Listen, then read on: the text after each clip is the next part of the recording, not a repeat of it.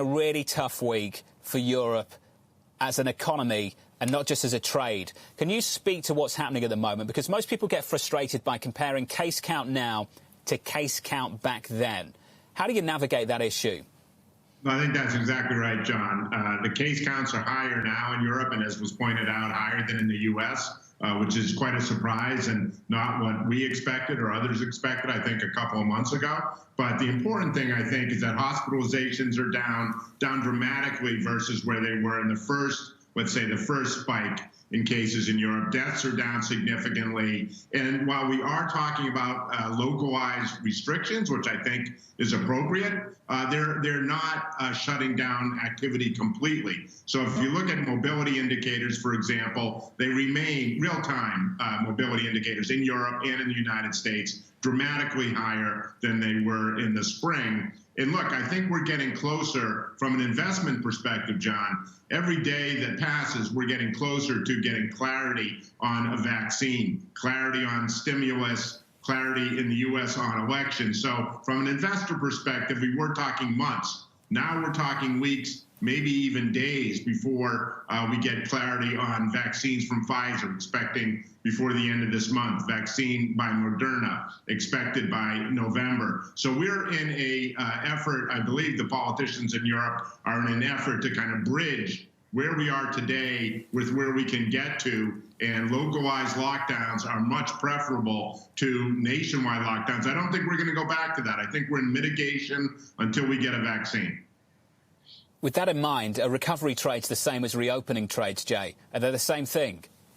Pretty much, John. I think, and look, we've seen indications of that. I call it a stealth rotation trade over the last couple of months, particularly in the United States, less so elsewhere. And as I pointed out, and as you read, Europe has a cyclical bias to its equity market. We all know that. So the question is, if we expect a boom in 2021, that's our view, a boom in economic activity globally in 2021. Who are going to be the primary beneficiaries? That's what we're investing for now. We're in the second part of October. We're 2-3 months away from 2021. We expect a lot of clarity on stimulus, on elections, on vaccine. We expect a 2021 boom. We expect the reopening trade to do very well. And remember, John, and I talked about it on your own show here a month or two ago, rising rates, a big pickup in economic activity is kryptonite for technology. So it makes perfect sense if you believe in a recovery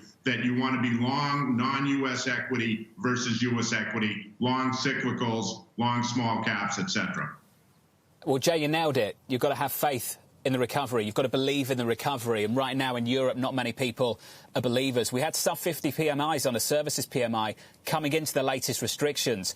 Jay, people need convincing of this. And as far as other people are concerned, there's a better entry point. It might be 3 months down the road, but I'm not getting burnt going into Europe now. Why is now the right time to put on that trade?